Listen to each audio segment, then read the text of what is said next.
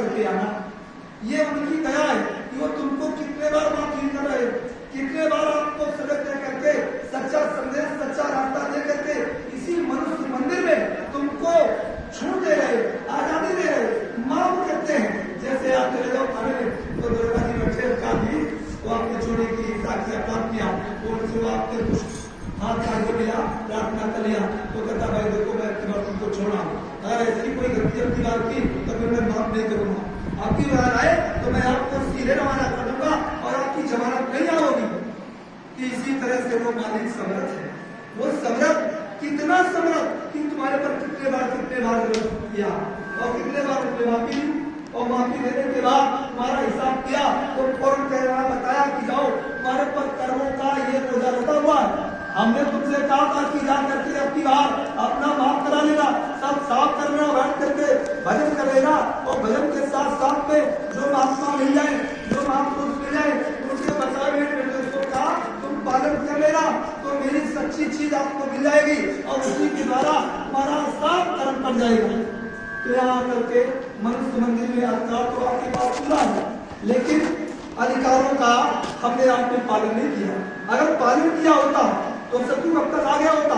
परंतु स्वामी जी महाराज को ये समय जो दे रहे हैं तुमको, ये तुम्हारा सौभाग्य, क्यों इस समय जो आपको मिला है ना जाने कितने कर्मों का ये जजरा और ये इस पर सब बोझा लगा हुआ है, वो माफी के लिए साफ कराने में लगे।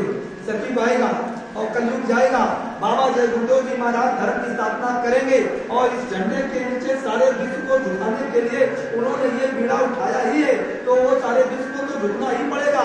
इसके झुकने के पहले अगर देखना चाहते हो तो हम और आप बाबा जी के शाकाहारी का प्रचार कर दो, जैसे हो तैसे दिन में और उठ करके बाल बच्चों की सेवा करो, उसका समय निकालो कि हमको बाबा जी का आदेश का पालन करना है।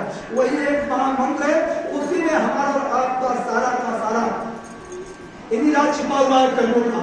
जब आप घर से निकलते हो, गलियों से निकलते हो, प्रचार बाबा जी का करते हो, बाबा जी का कहना है शाकाहारी रहना है, तो आप सोचो ये तुम्हारे बीच से ये आवाज निकल रही है, और जितनी आवाज निकल रही है उतनी दुकानें खाने की पीने की और मतलब सब बढ़ती चली जा रही। तो मतलब सोचो क्यों ऐसा हो रहा है। जब भगवान राम त्रेता में जब इतने समझाते थे, जितने ही मतलब ये हो संदेश देते थे, जितने ही वो कहते थे, लेकिन उनकी बात नहीं मानता। रावण था, ये सब कुछ हुआ पहले भी, रावण जो था उसी समय में त्रेता में ही मौजूद था, लंका में समुद्र पार लंका थी, वहां पर मौजूद था और इतना धर्म का ठेकेदार था, धर्म था, कर्म था और सच्ची सेवा थी उसके पास, भक्ति बहुत बड़ी थी। इन शिव को अपने शक्ति, अपनी भक्ति से शक्ति को प्रकट कर लिया, शिव को प्रसन्न कर दिया और सोनों की लंका उन्होंने उनको दे दी। किसको? रावण को। आप विचार करो, 4 में 6-7 सब उसको कंकर किया, 33 करोड़ देवता उसके दरवाजे पर उसके यहाँ हाजिरी देते थे। आप विचार करो, इतना सर्वशक्तिमान, इतना सर्वशक्तिमान होने के बाद भी उसके यहाँ मतलब ये कोई नियम नहीं था, क्योंकि जहाँ सब चीजें होती हैं तो अपने को समर्थ था। तो जब सब चीजें थी तो जो भी करता था सब आजादी थी उसके पास, स्वतंत्र था। कहते समर्थ का नहीं दोष घुसाई, तो राजा समर्थ था, अच्छा करे बुरा करे।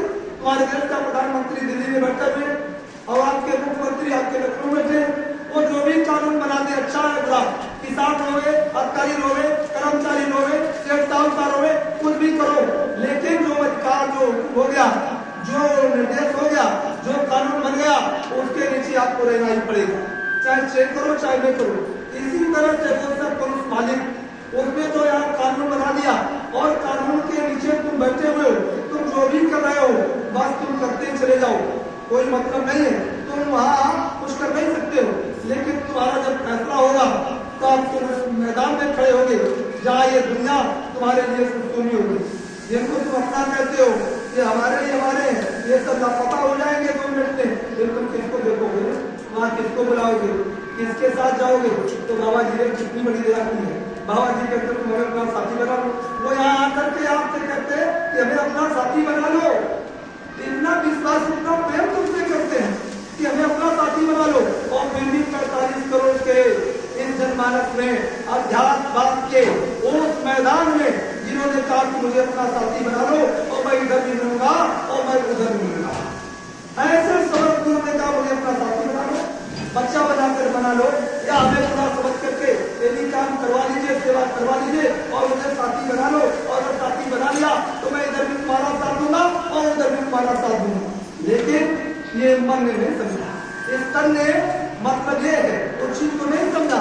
अगर इस तन ने और मन ने और बुद्धि ने, अंतःकरण ने और तुम्हारी जीवात्मा ने इसके अंदर जो आपको अधिकार मिला है, अगर समझ गए होते तो 45 करोड़ का ये जनमानस जहां आज देखते हो सारे संसार में सब तरह से यदि अपने अपने पैगाम लेकर के खड़े हो गए और बाबा जय गुरुदेव जी महाराज को भूल गए, जय गुरुदेव नाम भूल गए, जय गुरुदेव की चर्चा कर दो तो याद रखो तुम्हारा जीवन अधूरा हो सकता है। इसमें ऐसा काल का चक्र चल रहा है। क्यों कि कहते हैं कि जहां वो खड़े हो उनका नाम ले लो तो तुमको गले से लगा लेंगे। लेकिन मालिक ने क्या कहा, बच्चा समय का चक्र चलेगा, आंधी कर्मों की आएगी, और जब कर्मों की आंधी आएगी उस समय बाबा जी ने कहा मन से मेरे एक एक बात बच्चा नोट करते जाओ, कलम से और डायरी पर लिखते जाओ, जब समय आ जाए तो डायरी खोलना, मेरी एक एक बात याद करना, धोखा नहीं होगा। और लोगों ने कहा कि समृद्ध किसी ने न कलम चलाई न डायरी चलाई, लेकिन तुम्हारी कलम, तुम्हारी डायरी, तुम्हारा हिसाब खाता, तुम्हारा वो सच्चा है, उसकी कलम, उसकी जुबानी दस्तावेज है। लेकिन जब तुमने अपनी सच्चाइयों को, तुमने अपने हृदय को, अपने तन को, अपने मन को जब उन चरणों में समर्पित कर दिया तो जो तुम्हारी जरूरत थी तो तुमको जरूरत वो मिल गया, जिनकी जरूरत नहीं थी वो मतलब ये है उसी मैदान को हथ छोड़ा और फाट से ऐसा खेल किया इस साथ मानव जीवन ये छाड़ हो गया मैदान। तो जितनी जो जरूरत थी वहां मालिक ने उसको दे दिया कि तुमको ये जरूरत तो उधर चले जाओ, तुमको ये जरूरत तो उधर चले जाओ, तुमको ये जरूरत तो उधर चले जाओ, तुमको ये जरूरत तो उधर चले जाओ। मैदान बड़े बड़े लोगों को दे दिए, चले जाओ उधर, और दे दिया। और उस समय मालिक अपने मुकाम पर चुपचाप बैठ गया। शंका मत करो कि मालिक चला गया, याद रखो अगर जिंदा रहोगे, अगर काम करते रहो, वो समर्थ का खेल समर्थ से होगा। हमारा घाटी ढूंढना पीटते रहो, काम तो उनको करना है, केवल तुम्हारी ताकत, तुम्हारी मानवता, तुम्हारी इंसानियत, तुम्हारी जिम्मेदारियां, तुम्हारे वादे को जो भाव करके आए हो उसको पूरा कराना, ये जिम्मेदारी उनकी है। जब तक ये तुम्हारे पैरों का, हाथ का, कान का, नाक का, हृदय का, शरीर का, अंतःकरण का, मन और बुद्धि चित्त का, जितने भी तुमने सृष्टि पर जो इस शरीर से लेकर के कर्म किया है, वो मालिक अपना प्रचार करा करके तुम्हारे कर्मों को जलाना चाहते हैं। कर्म अगर ये कर्म खत्म हो जाए तो ये जीवन उस मैदान में शाकाहारी हो जाओ भाई, तो शाकाहारी कैसे? शाकाहारी का तुम है तो फिर हमारे अंदर बीमारी कैसे? जब हम शाकाहारी हैं तो फिर हमारे अंदर बीमारी कैसे कि हमारे इसी परिवार में, हमारे एक ही थाली में भोजन करने वालों में सबकी थालियां अलग अलग हो जाए और जिंदगी मालिक के सामने एक दूसरे से प्रति इतनी सब हमारी भावनाएं मिलती जुलती ना हो, तो इसका मतलब कहीं ना कहीं हमारे दिलों में खोट है। हमने अभी पढ़ाई नहीं सच्ची की है, हमने अभी लिखना पढ़ना नहीं जाना, हमने गुरु के वचनों को मानने का अभी संकल्प नहीं लिया है। अगर गुरु वचनों को मानेंगे तो ये हमारा हुजरा साफ हो जाएगा, और जब ये हुजरा साफ हो जाएगा तो इस मानव मंदिर में सबके दिलों का प्रेम इसमें समा जाएगा। तो कोई व्यवस्था नहीं, कोई सबके अंदर मानवता, इंसानियत, सत्संगी में गुरु भाइयों में प्रेम आ जाएगा, गुटबाजी नहीं होगी। ये सब क्यों हो रहा है? एक ही थाली में होने के बाद फिर भी आप कहते हो कि हमारा है वो हमारा, ये तुम्हारा वो तुम्हारा, हम यहाँ नहीं करेंगे, हम वहां नहीं करेंगे। तो बताओ फिर अध्यात्म की शिक्षा कैसी, फिर गुरु शिक्षा कैसी? इसलिए स्वामी महाराज ने कहा बच्चा मैं सीने पसीने दूंगा, तुम मुझे अगर देखोगे तो मैं तुम्हें देखूंगा, और गुरु को नहीं देखोगे तो फिर बीच में क्या होगा? चक्र घूमेगा, एक थप्पड़ बैठेगा तो एक थप्पड़ में 200 करोड़ का वाला नारा हो जाएगा, सती को कलयुग जाने का, और मतलब बीच में सती गाने का पूरा रेस खुल जाएगा। उसके लिए पहले समझ लो, हमारा सत्संगों में प्रेम होना चाहिए, सच्ची सद्भावना होनी चाहिए। क्यों? छल कपट प्रपंच रखोगे, गुरु से प्यार नहीं। सोचो आप, जब संगत गुरु से कपट, मित्र से चोरी की हुए निर्धन या हुए कोड़ी, सतगुरु कहे चलो तुम सोई, मन के कहे चलो मत कोई। तो बात तो ये आप कहते हो वो पुराने आते वो सत्संग, अच्छा हम क्या बोल रहे हैं? वो सत्संग सुनने मानने वाला समय आएगा, लेकिन जो चीज हो रही है इस पर तो पहले लागू करो तुमको। तो पहले तो गुरु महाराज ने कहते थे बच्चा जो मैं चाह रहा हूँ तुम काम करने में तैयार नहीं हो, सब अपने अपने मन का कर रहे हो। वो सत्संग चाहते हो तो आपको वो सत्संग सुनाया जाएगा, तब तुम्हारी दृष्टि खुलेगी। मालिक सत्संग सुनेंगे, इधर सत्संग सुनाएंगे और उधर दृष्टि का नजारा आप देखोगे तो आप कहोगे मेरा प्रीतम मेरा स्वामी अरानी धाम का है, अगर सच्चा मालिक है तब तुम कहोगे रोज सत्संग सुनाते रहे मालिक और गीत सुना रहे। लेकिन वो सलामी पुरुष को क्या छोड़ते हैं, अरे सब रत्न में क्या ले रहा है। मालिक कहते थे, क्या कहते थे, वही मन से कहते कि बच्चा अगर कलयुग देखना है तो मथुरा आश्रम पर चले आओ, और कलयुग देखना तो बच्चा आश्रम पर ठहर जाओ, कलयुग देखने को मिल जाएगा।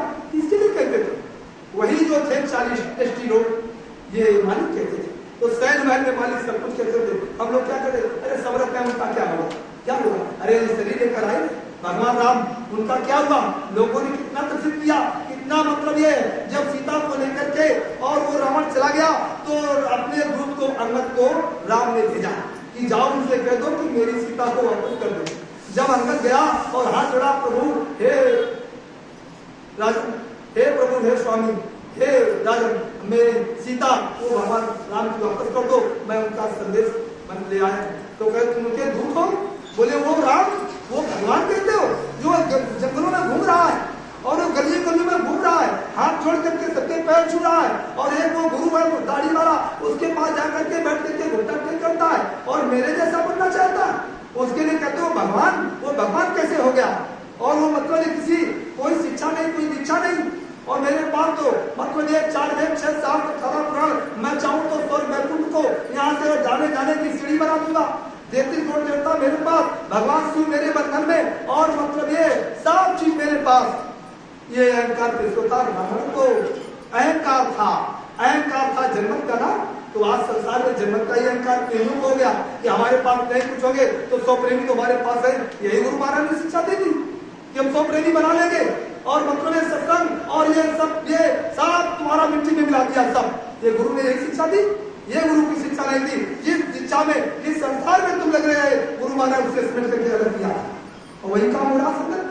तो सत्युग चिल्लाते रहो, सत्युग आने वाला है, कलयुग जाने वाला है, तो ना सत्युग आएगा और ना कलयुग जाएगा, क्योंकि अभी कलयुग कैसे इसमें क्यों कि कर्म है प्रधान जो जैसी करे ही सुंदर सी पाली चाखा। ये कर्मों की प्रधानता इस सृष्टि पर जिन लोग के मालिक का राज है उसने कर्मों का विधान बना दिया, और बनाया किससे, उस मालिक से। इनसे वो प्रसन्न हो गए जब वो, और ये प्रसन्न हो गए उनसे, इन्होंने उधर हुक्म दे दिया और उसने कलम से अपना सारा कर्मों का विधान बना दिया, और बना करके और रूप और माया को उसने प्रभु से मांग लिया। ये रूप ये माया जो है, माया ये रूप वो उद्देश्य की है। वहां मालिक क्या कहे कि बच्चा वो सुंदरता या कुछ नहीं है, वो सुंदरता वहां है कि देखते देखते रह जाओगे, आज तुम्हारी पटी की पटी रह जाएगी। वो सुंदरता वहां है, उस सुंदरता को देखना चाहते हो तो बच्चा भजन कर लो, मेरे आदेश का पालन कर लो, मैं तुम्हारी अच्छाई के लिए कह रहा हूँ, नेक काम के लिए कह रहा हूँ। तो गुरु का आदेश कौन था, गुरु का आदेश यही था कि आज अगर गुरु की चर्चा कर दो तो फौरन तुम्हारे सत्संगी में मतलब एक दूसरे की कहते हैं कि लड़ाई हो रही, गुरु भाई में निश्चित बहुत लड़ाई क्यों होती है, इसका गुरु कहीं बीच से हमारे अलग है। जब गुरु हमारे बीच में प्रेम है तो हमारा प्रेम फिर एक दूसरे के प्रति प्रेम क्यों नहीं, सदा क्यों नहीं। 1 मिनट में प्रेम खत्म, 1 मिनट आए जय गुरुदेव, बीच में चले गए, मतलब सब ठीक है, क्या वहां चलना है वहां चलना है, अरे नहीं हम वो नहीं करेंगे वो नहीं करेंगे। ये सब क्या है, ये मालिक के हमारा बंदे हो, और जब वो हिसाब करेगा तब क्या करोगे। तो क्या हम अच्छे बन जाएंगे, उसकी दृष्टि में अच्छे बनना चाहते हो तो वो कहते हो चाहे अग्नि में जलना पड़े, चाहे छोड़ के देश निकलना पड़े, मन नहीं डगमग मेरा हो, रहे ध्यान तुम्हारे चरणों में। केवल जुबान से कहने में इस जिज्ञा को पकड़ दिया कि अग्नि में हम जा रहे हैं और हम मतलब घाटों पर चले जाएंगे और छोड़ के देश और बच्चों को छोड़कर चले जाएंगे, और डगमग फिर भी मन नहीं होगा, लेकिन यही डगमग हो रहा है। अभी उठेंगे और मतलब ये चारों तरफ चौकड़ियां खड़ी, तो क्या नहीं, हम और आप उस सत्य को देखने के लिए, उसकी झलक, उसका प्रेम, उसकी सलाह, उसकी अगवानी के लिए हम एक ही जगह तो खड़े हो जाएंगे। तो क्या वहां आप क्या कहोगे, नहीं इधर खड़े हो वो उधर खड़े हो। जब यहाँ तमाम भ्रांतियां हमारे बीच में, तो वो मालिक क्या हमें और आपको देखते कि हम रहेंगे नहीं रहे, करते करते सौसों की पूंजी चली जाएगी। क्यों कि तेरी हीरे जैसी श्वासा बातों में बीती जाए, तेरी हीरे जैसी श्वासा बातों में बीती जाए। गंगा जमुना खूब नहाया गया नमन का मैं, गंगा जमुना खूब नहाया दूल्हा नमन का फेंके। सोचो, और तेरी हीरे जैसी श्वासा बातों में बीती जाए। ये श्वासें एक घर के मकान में हीरे सोने चांदी से बढ़कर मालिक ने क्या कहा कि बच्चा सारा सामान हीरे द्वारा सोना चांदी एक तरफ रख दो, लेकिन जो मैंने दौलत दी है उसकी कीमत नहीं चुका सकते हो। गुरु नहीं चुका पाओगे।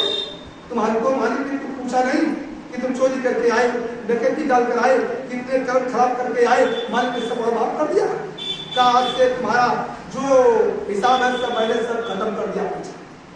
कौन जो करते आए, जो तुम्हारे पास कर्मों का लेन देन था, मालिक कहा अब मेरी वही से होगा।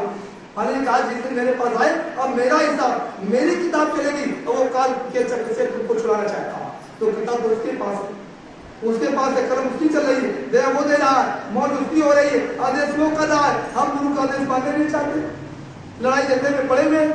गुरु एक तरफ आदेश कर रहा है, हमारी मानवता, हमारी इंसानियत, हमारी शिक्षा जो बहुत हमारे मन बुद्धि से होता है, तो ये बहुत हमारी बुद्धि में क्यों नहीं आ रहा? इसका मतलब बुद्धि ही नष्ट हो गई हो, तो बताओ बाबा जी क्या करेंगे, शिक्षा क्या करेगी? इसलिए बुद्धि में विवेक में गुरु कहे करो तुमसे, उसने जो कहा वो करो काम। मालिक का बच्चा तुम्हारे कर्मों को जलाने का काम मेरे से होगा, मैं तुम्हारे कर्मों को चाहूँ तो ऐसे करके जला दूंगा। और एक उसमें भी घर में नामदानी है, और घर में उसके घर में अगर और नामदानी नहीं है और किसी तरह से उनका खान पान भी खराब है, तो याद रखो गुरु महाराज की मौत होगी। एक नामदानी के द्वारा जो सत्संग होता है, दया दुआ हो रही है, वो दूसरे जीवों का प्रेम प्रसन्न करके और मानवता को, इंसानियत को, सारी चीजों को सब खत्म करके उस नामदानी के द्वारा तुमको 84 मिलेगा, नरकों में ले जाएंगे। नरक नहीं मिलेगा, क्यों? वो मेहनत कर रहा है, वो सरकारी का प्रचार कर रहा, तुम्हारे एक गिलास पानी पी रहा, तुम्हारे